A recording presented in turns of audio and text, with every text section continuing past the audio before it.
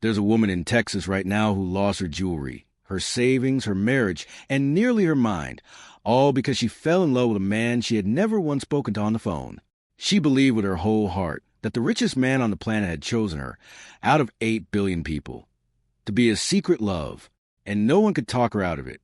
Not her husband of 43 years. Not her son. Not even cold, hard proof. This is the story of Betsy. And I promise you, by the time I'm done, you're going to question everything you think you know about how smart people get fooled. If you've never seen a romance scam destroy a family in real time, stay right here. This one gets dark. Betsy is 63 years old. She lives a quiet, ordinary life in Texas. She's a housewife, a mother, a grandmother-type figure in her neighborhood. Nothing about her screams Target. For 43 years, she's been married to John. He's 71 now, a good, steady man, the kind who still cooks dinner every night, even when things are falling apart. But somewhere along the way, Betsy started to feel restless. Maybe it was his age. Maybe it was the routine. Maybe it was something she couldn't even name. But she looked at her husband and saw someone too old, too settled, too close to the end. She wanted excitement, attention, passion, something that made her feel alive again. She had no idea the universe was about to offer her exactly that, in the worst possible way. It started with a post on Threads. Just an innocent scroll through her phone one afternoon. She sees a contest. The grand prize? A brand new Tesla Cybertruck. $100,000 cash inside. And here's the kicker. Elon Musk himself would personally deliver the truck to your door. Betsy entered. Of course she did. She didn't win. But then something unexpected happened. A message appeared in her inbox, and the name attached to it read, Elon Musk.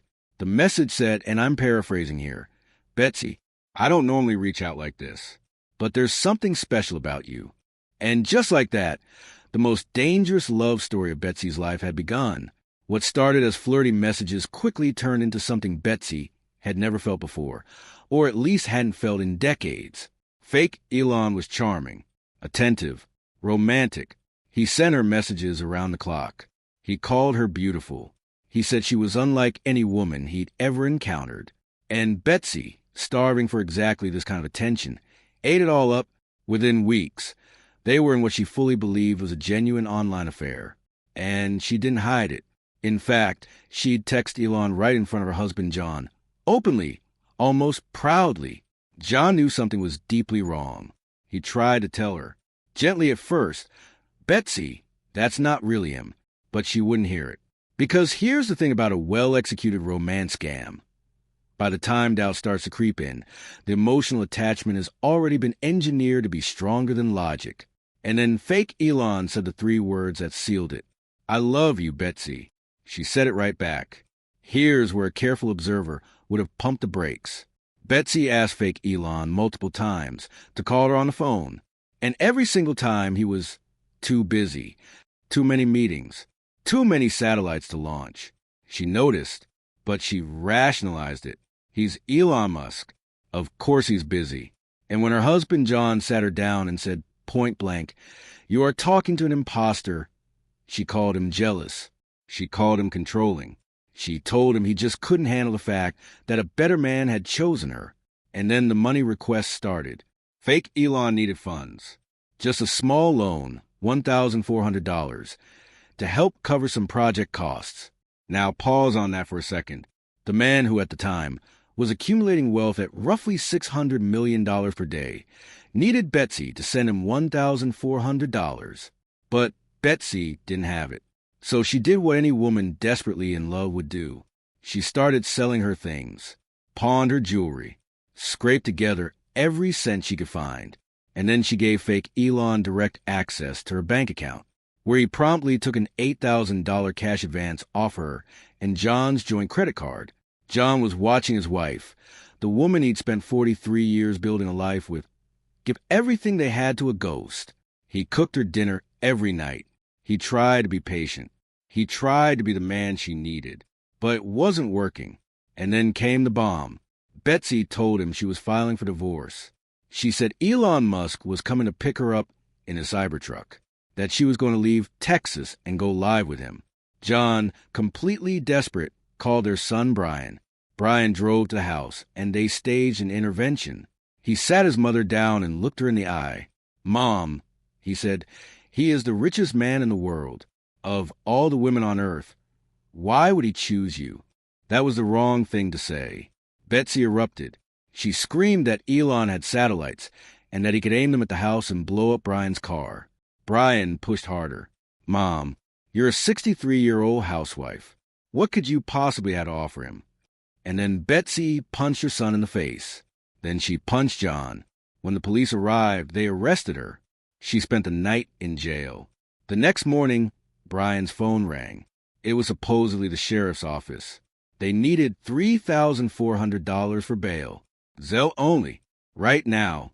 Brian, exhausted, scared, desperate to get his mother home, sent it. Then they called back. "We also need $2,000 for transportation." That one stopped him. He hung up and called the actual sheriff's office. "Do you charge a transportation fee?" No. Brian had been scammed, likely by the same network of criminals running the fake Elon operation. In one night, the family had been hit twice. And when Betsy came home from jail, she told her son she couldn't believe he'd been dumb enough to fall for a scam. He had no words. Neither do I. Brian knew he was out of options. So he reached out to a YouTube channel called Catfished, a team that hunts down online scammers and exposes them in real time. They came to the house. They sat Betsy down, and they showed her something undeniable. They pulled up a live feed of the real Elon Musk on stage, right now in Texas, presenting at an annual shareholder meeting. And then from Betsy's own phone, they started texting fake Elon. The real Elon Musk stood at a podium, speaking to thousands of people. His hands were visible. He was not texting. Fake Elon was responding on WhatsApp. Instantly, Betsy made excuses. Said Elon had people who sent messages for him. Said maybe it was his assistant. So the Catfish team showed her their IP tracker. The person messaging her wasn't in Texas, wasn't in California, wasn't in America at all. The messages were coming from Nigeria. The room went silent. And then, slowly, painfully, Betsy's walls came down. The delusion cracked, and the reality of what had happened to her hit all at once. The scammers were never caught. They kept every dollar, every piece of jewelry, every loan. Betsy's marriage was destroyed. The divorce was finalized. Her son Brian, who had tried everything, even sent $3,400 trying to free her from jail, lost all credibility in her eyes the moment he got scammed himself. And Betsy, instead of apologizing to John, told him this was all his fault, that if he'd paid her more attention, none of this would have happened. Maybe she was partially right. Maybe loneliness is the real weapon these scammers use. More than technology, more than fake profiles, more than stolen photos. The real Elon Musk never met Betsy. He doesn't know she exists. Somewhere in Nigeria, a man is already doing this to someone else. And somewhere in Texas, John still probably makes dinner for one. See today if this case disturbs you. Share it. Romance scam stole over $1.3 billion from Americans last year. Someone you know might be next. Subscribe to Last Witness. We don't look away.